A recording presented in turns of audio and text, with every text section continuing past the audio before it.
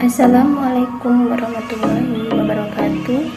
Perkenalkan, nama saya Distia Dilasi Utami dengan NIM 22053123 dari Prodi Pendidikan Ekonomi. Baiklah, di sini saya akan mempresentasikan materi mengenai konsep dasar ekonometrika dan regresi, yang mana dosen pengampu mata kuliah ekonometrika yaitu Bapak Dr. Yuhendri Leovita, SPD MPD.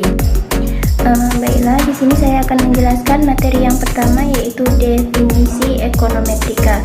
Ekonometrika merupakan cabang dari ilmu ekonomi dengan menggunakan dan menerapkan matematika dan statistika untuk memecahkan masalah-masalah ekonomi yang dibuat dalam suatu model ekonometrik yang kemudian diestimasi hasilnya dan diuji lagi kesesuaiannya dengan teori ekonomi yang sudah ada. Beberapa hal yang berkaitan dengan ekonometrika. Yang pertama, ekonometrika merupakan suatu kombinasi ilmu ekonomi, matematika, dan statistika. Yang kedua, ekonometrika digunakan untuk menganalisis fenomena-fenomena ekonomi. Materi selanjutnya yaitu sejarah perkembangan ekonometrika.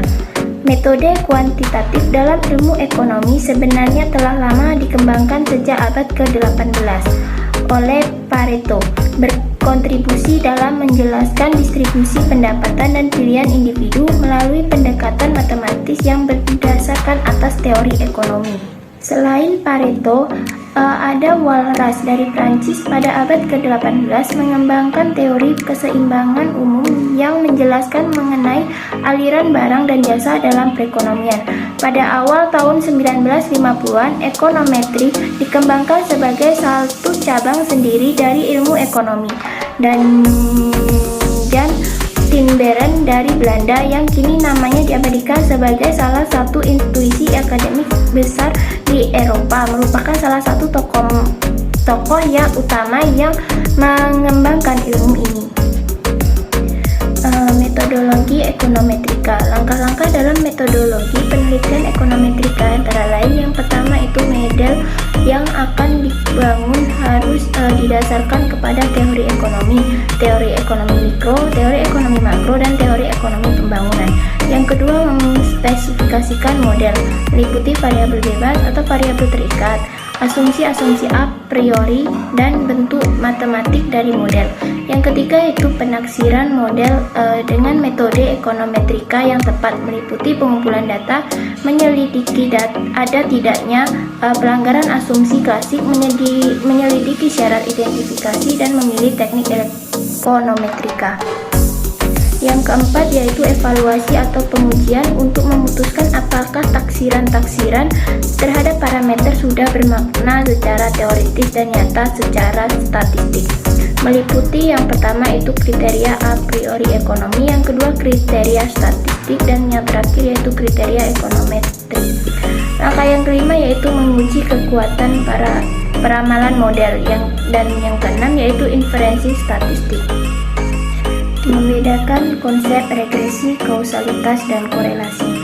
Ekonometrik di sini tidak terlepas dari ilmu statistika dan matematika.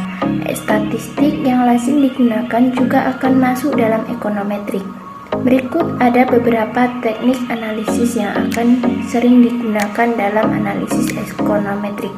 Yang pertama itu analisis regresi, yang kedua analisis korelasi, yang ketiga analisis kausalitas, dan yang terakhir yaitu analisis forecasting. Regresi menunjukkan hubungan pengaruh satu arah, yaitu variabel independen ke variabel dependen, sedangkan kausalitas menunjukkan hubungan dua arah, dan analisis korelasi bertujuan untuk mengukur kuatnya tingkat hubungan linear antar dua variabel.